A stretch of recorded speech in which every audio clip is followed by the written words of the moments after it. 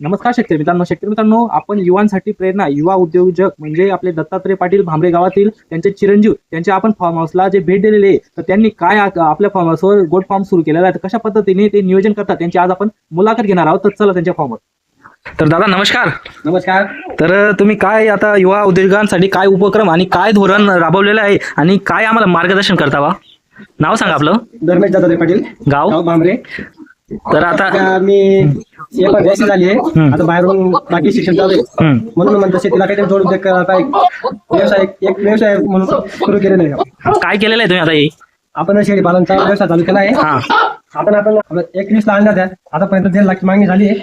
त्याच्यामुळे आपण इथं सध्या चालू आहे. आणि किती महिन्यामध्ये लगेच मागणी झाली होती अशी? आपण 1 महिना झाला आहे. 1 महिना म्हणजे 21ला तुम्ही आणलेले सगळे बोकडे काही बोकडे सगळे चांगल्या प्रकारचे बोकडे आणले तुम्ही. हा, किती बोकडे आहे पूर्ण? 18 आहे सगळे. सगळे 18 आहे का? युवा पिढीला काय मेसेज देता तुम्ही?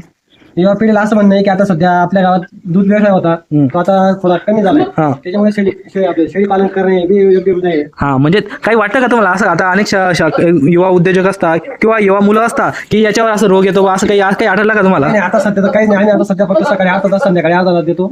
बाकी शेतीकडे टाइम करतो आम्ही सध्या. तर शेतकरी मित्रांनो, जर नोकरी न करता तुम्ही जर आता युवा उद्योजकांची आपण मुलाखत घेतलेली आहे, युवा पिढीला एकच संदेश देण्याचा प्रयत्न करतो की तुम्ही कोणताही का छोटाही उद्योग असला तर त्याला आपल्यावर असतं की मोठा कसा करता येईल. तर शेतकरी मित्रांनो, अशा पद्धतीने शेतीला पूरक असे व्यवसाय अनेक युवा जे असतील त्यांना प्रेरणा देण्यासाठी आपण असे व्हिडिओ बनवून टाकत असतो. तुम्ही जर आपल्या युट्यूब चॅनल नवीन असाल तर आपल्या युट्यूब चॅनलला सबस्क्राईब करून घेणे. धन्यवाद.